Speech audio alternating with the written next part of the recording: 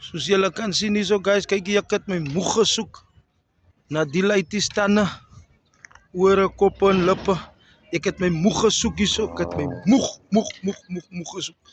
Ek het moeg gesoek, my moeg gesoek. Maar ek gaan hulle kry, soos julle kan sien, ek is op soek guys, ek is op soek hierso. Guys, kyk hier mense, ek is moeg gesoek, maar ek gaan nie meer soek hier.